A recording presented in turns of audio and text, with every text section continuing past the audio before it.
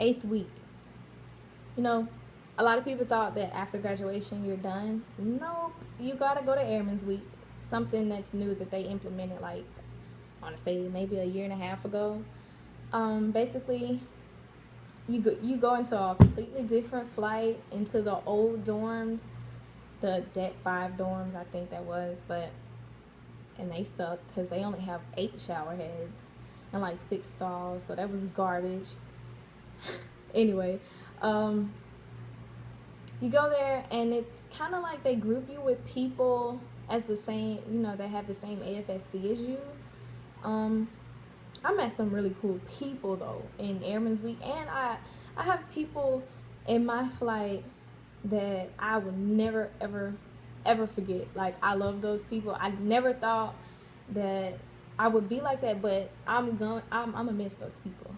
The people I met at Airman's Week that I'm here in tech school with now, we are just as close, and it's gonna be really sad when everybody has to go their separate ways, because you build a bond with these people.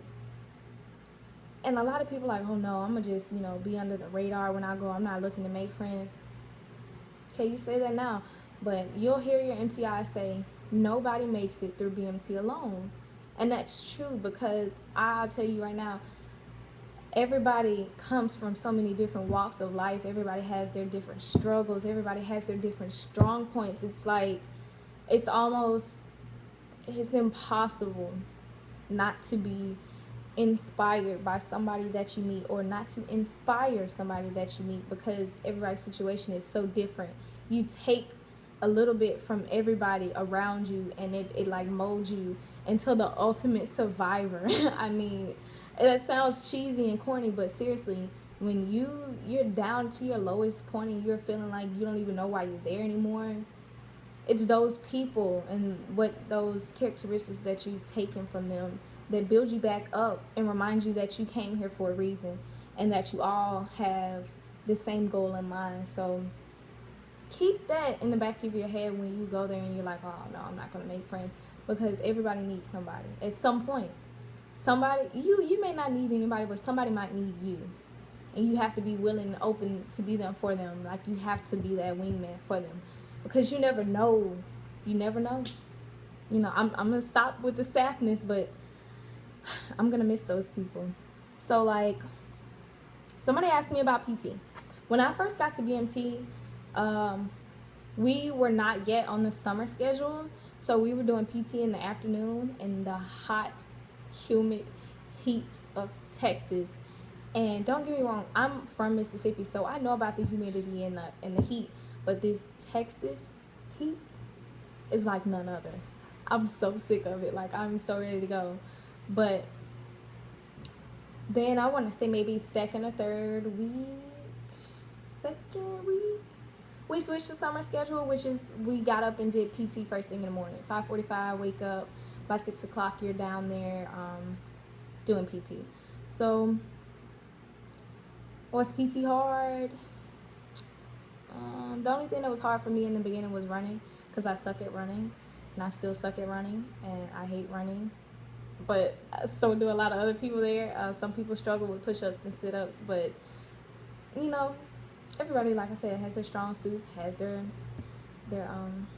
weaknesses. So if you try, you'll get better.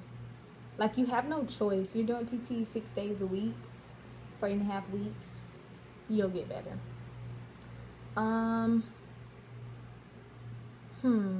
Let's see.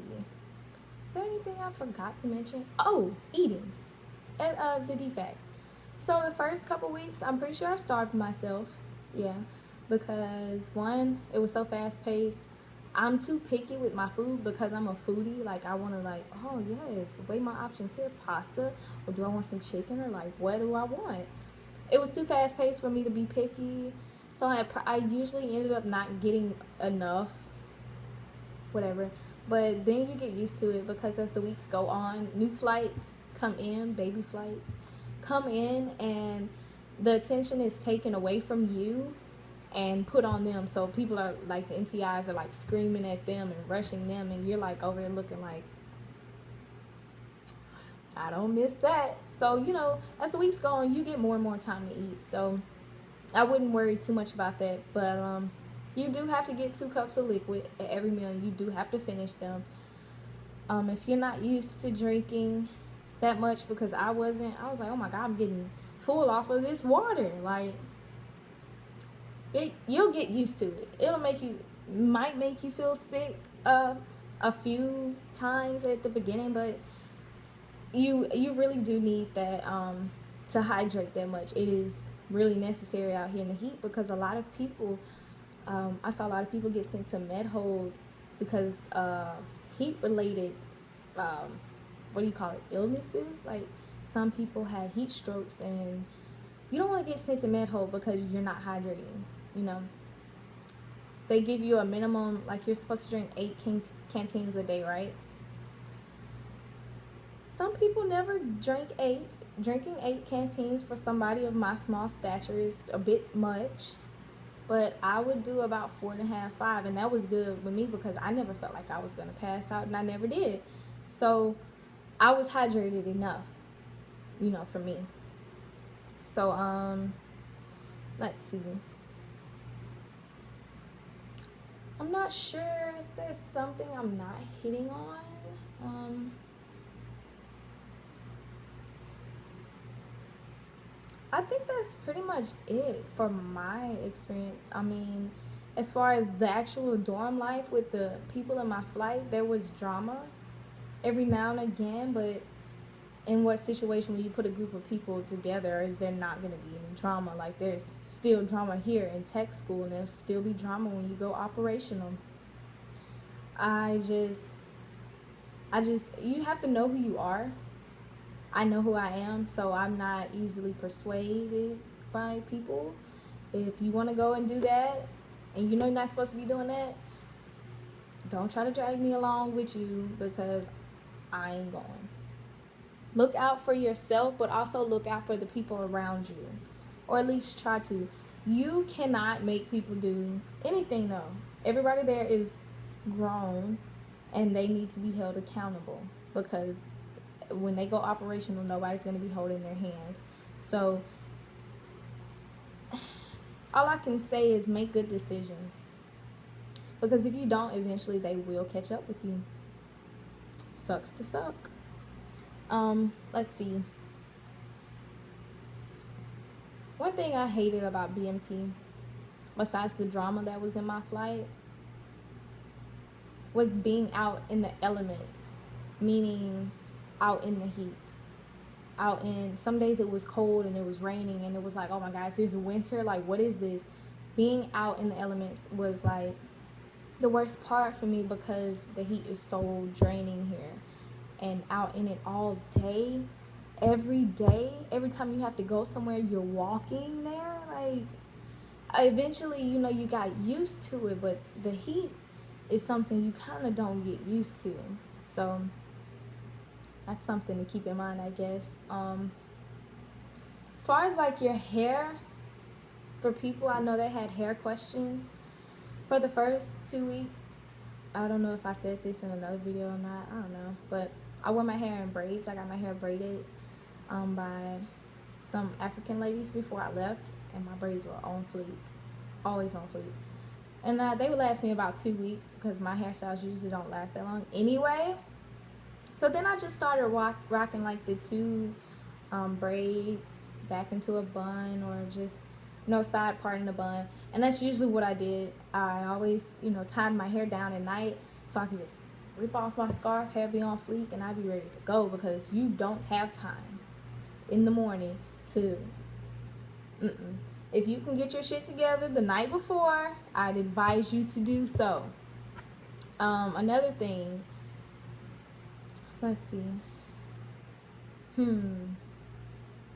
Don't be afraid to stand up for yourself if something, you feel like something isn't, like, you aren't being treated fairly or something like that. Speak up, because if you don't say anything, 9 times out of 10, nobody's going to say anything for you. So, let's see. There's so much I could say. I've tried to, like, give you the gist of how things went for me. I personally enjoy BMT. Getting letters was life. Phone calls. We only got three, maybe three phone calls. I want to say, yeah, yeah. One when you got there, one the 4th week of training, one the 6th week. So yeah, sometimes if you do great and you get rewarded, they'll give you an extra phone call or like patio breaks where you can go buy snacks and stuff, because you don't get snacks while you're there. Like, there are absolutely no snacks. You get a protein bar at night at the dinner chow, and you'll get over those. They were like, you know, bargaining tools and all that kind of crap. But I got so sick of those damn protein bars. If I saw one right now, I would probably throw up. So I'm getting used to that, not having snacks. It sucked because I like my snacks. But if you have any other questions or something that I just didn't hit on and you're like, oh my God, how could you forget this? Just comment below and I'll answer your question like more personally. I won't make a whole another entire video. But that's about it. BMT was BMT.